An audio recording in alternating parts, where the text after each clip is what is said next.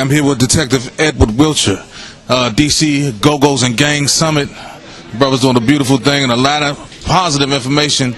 Well, not all positive, but it's a lot of eye-opening information that we all need to know about when it comes to our youth and when it comes to the evolution of the Go-Go. Culture at all.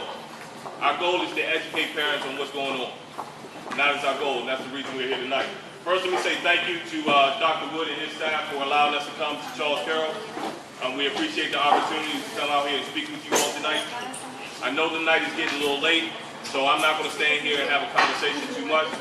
I'm going to turn it over to Detective Wiltshire, but right after his presentation, Stephen Maker is going to talk about some of the opportunities and programs that we have here in Prince George's County through the Department of Parks and Recreation. Detective Wiltshire.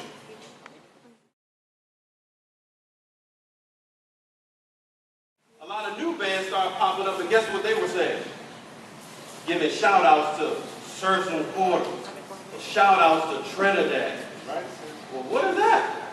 Well, at the time, we all knew that they were sort of neighborhood crews, right? Rough crews, right?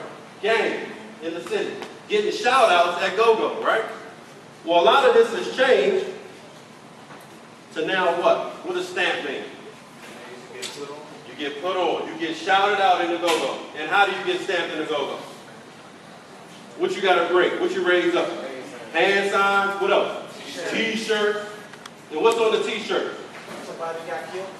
Rest in peace. What else on there? Your hood. Your group. Your crew. Your gang. Right? All right? That's an issue. Why? And it's not that. It's because people in Go-Go allow it to happen. So that tells you in that culture that this is acceptable to be a part of a hood, a crew, a group. Now remember I was talking about all that bad stuff that happened? All the crimes, all the violence? Well, over the years, you can imagine with teenagers today, guess what? They think, you know what? It ain't safe to go to Go-Go's by myself, right? I can't get caught out there loafing, right? By myself. So I gotta go in a group. And so now the culture says, because we're so violent in this culture, now I gotta join a group to be safe. So I see kids talking all day long on MySpace and Facebook talking about how we're gonna go to the CFP 50, 60, 70 deep. So we won't have any issues at all. So you get this right here, you start getting Go-Go flyers, right, passed out at schools and the malls, or now they just send them to you in your email or send them to your Facebook account or send them to your MySpace. What is Killer Mafia? Baby Mafia, Trap Dolls, Pretty and Paid, New Money Honeys, Diamond, what's all that? What is that? It's a beautiful thing and a lot of positive information. Well, not all positive, but it's a lot of eye-opening information that we all need to know about when it comes to our youth and when it comes to the evolution of the Go-Go. Okay, my brother, how you doing today? Good, man. I'm good. Thank you. Okay, man, we got a few panel questions that everybody wanted to know about. It might be a little bit redundant to you because you covered this. But what we want to ask you is, when you say gangs in this area, what do you mean? I would say the most dominant style of gang banging in this region by far is the Navy. True. However, we have our Latino gangs, we have our African American crews, we have mainstream gangs. When I say mainstream gangs, I'm talking about Latino gangs in terms of MS-13, 18, Vatos Locos, right out here in our backyard here in Riverdale. But we got a number of blood sets operating here in this region. We got Crip sets operating in this region. But most importantly, I think, by far, the neighborhood crews. The neighborhood crew. That's been the biggest issue. That's been a part of our culture for years. But what he's saying is that it's evolving. It's evolving. He said international. You know, we talk about national gangs, regional gangs, on down to the neighborhood crews. And the second question that our panel wanted you to cover was, how is this connected to DC's own native Go-Go music? Well, you know, I want to make that distinction that we're not talking about. Everybody has a special place for Go-Go. I grew up with it. Unfortunately, I grew up in that era where I learned early on that there was a lot of violence going on in Go-Go. Right? And I don't necessarily blame Go-Go by itself. It's a stigma that's attached to it. Go-Go has become synonymous with violence because of the incidents that have taken place by us, by people that go there. Don't Right? know. So it's not necessarily the music itself. Although there today, I mean, there's some lyrics that are questionable out there. Right. But nonetheless, the issues that we have with go-go stem from beefs, disputes, the slightest insults, disrespect, and that's a problem. And that's the message that we're trying to get out there. A lot of that is still going on today. Unfortunately, it's going on within the go-go scene, and unfortunately, there's certain promoters out there that are promoting the fact that you need to be involved in a group or a crew, or at least they're taking advantage of the fact that you with a group, you need to be with that group, and that's the only way you're gonna get put on in the go-go. Yeah, that's what we're talking about, the evolution of go-go and the go-go crew and the go-go gangs. And this brother has a powerful presentation. Y'all need to come on out. And we're trying to start that dialogue. So the third question is, how is this? Hold on. What do you think? Why do you think gangs have grown so much in the last decade? It's a problem not just for us, it's nationwide. The proliferation, which is the spreading of gangs throughout this country, is enormous. And unfortunately, a lot of it involves being associated with high-risk behavior. A lot of it is my fault, your fault, politicians' fault. A lot of people got a part of this, unfortunately. In certain music, certain type of cultures out there, subcultures, the nightlife scene, underground scenes and things like that, they don't help the whole situation. So yeah, there's a serious issue in this country where kids feel like they just want to be known, they just want to belong. And unfortunately, people like us tend to write those kids off at an early age. And we don't want to have nothing to do with them. And then all of a sudden when the streets and everybody else accept them. Right. That's their family, that's their new family. Hey, it's powerful. Okay. The next question is, from the panel, how much does drug and alcohol abuse play in the success of gang recruitment? The favorite thing of all gangbangers and gang members is to party.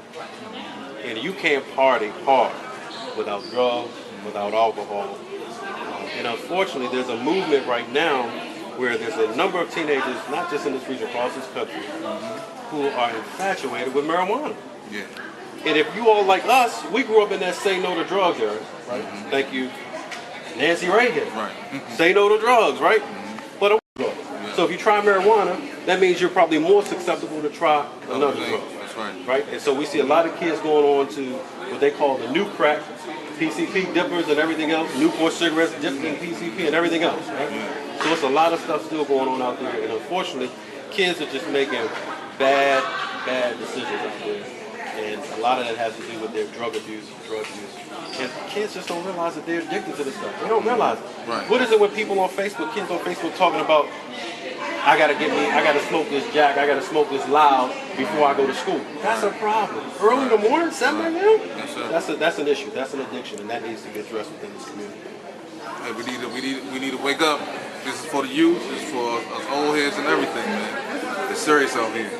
And the next question for the panel is, what can the community do to help control the gang presence in the DC metro area? You was talking about all the gangs on the metros and how that's the main mode of transportation and how they get around and everything. Expand on that a little bit. I think the community needs to, number one, they have to want to be aware. They gotta want to, they gotta, first acknowledge the fact that we got this problem. And you gotta really want to do something about it.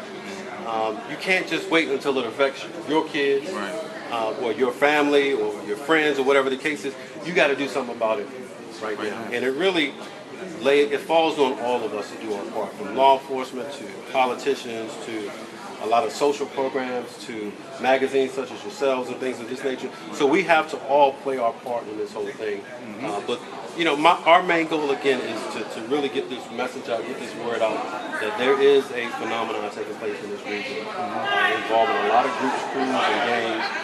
And we just want to make sure parents are equipped with all the information that they have so that they can make better decisions for their kids. We still believe in parents, right? We still believe, whether you're a single parent or not, we still believe that parents, if they knew what was going on, they would do something about it. That's right.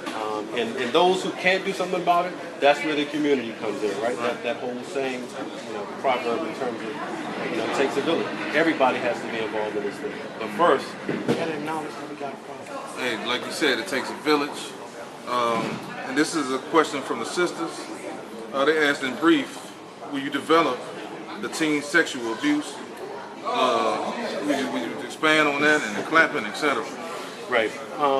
You know, what is it when kids tell you that they go to Go-Go's and you ask them about promoters and they say, man, some of these promoters should be locked up for some of the stuff that they do. You know, there's a way to coerce, force a young lady up on stage to shake her behind. Yeah. There's a way to do it through manipulation. Remember, we're dealing with teenagers here. So if I'm 37, I can take fully advantage of this young lady.